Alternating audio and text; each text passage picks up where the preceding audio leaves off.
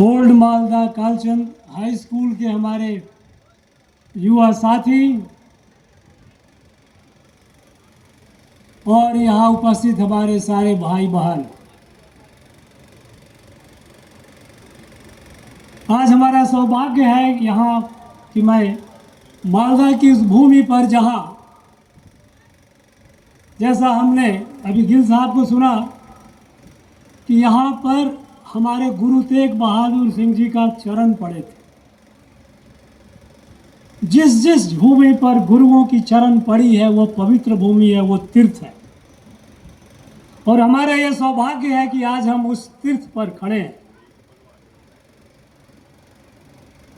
और खड़े हैं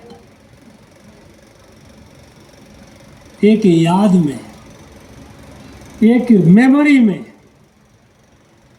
कि हमारे गुरु ने कितना बड़ा बलिदान दिया था।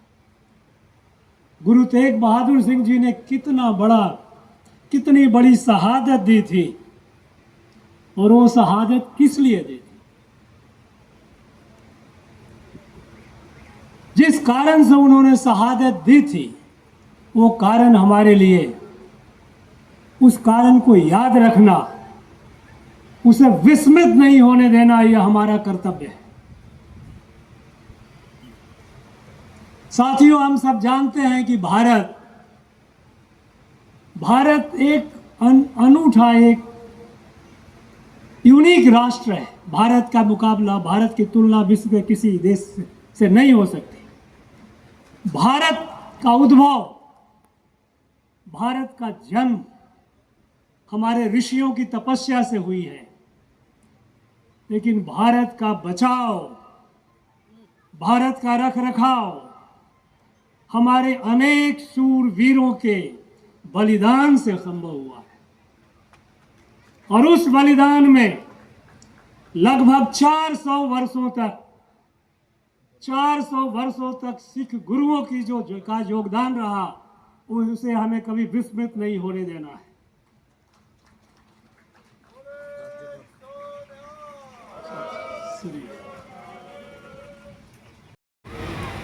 समाज, उन्होंने ये बताया कि आक्रांता हमारे मंदिर तोड़ते रहे, हमारे शिक्षा स्थलों को तोड़ते रहे।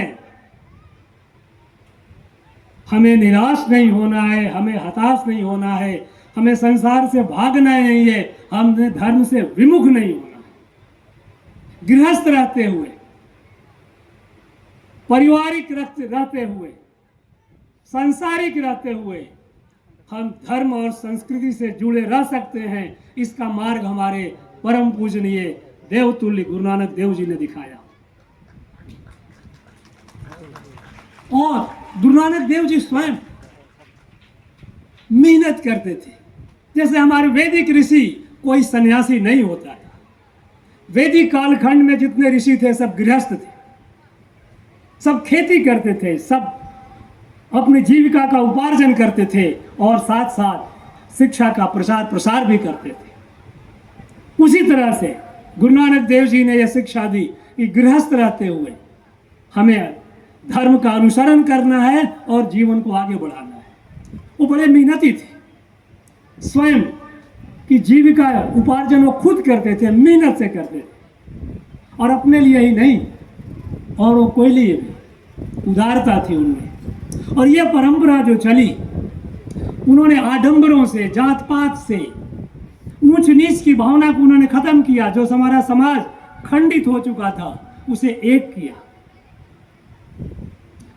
जो रूढ़ता में, रूढ़िवादिता में, अंधविश्वास में जो ग्रसित हो गया था उसे अंधविश्वास से मुक्त किया।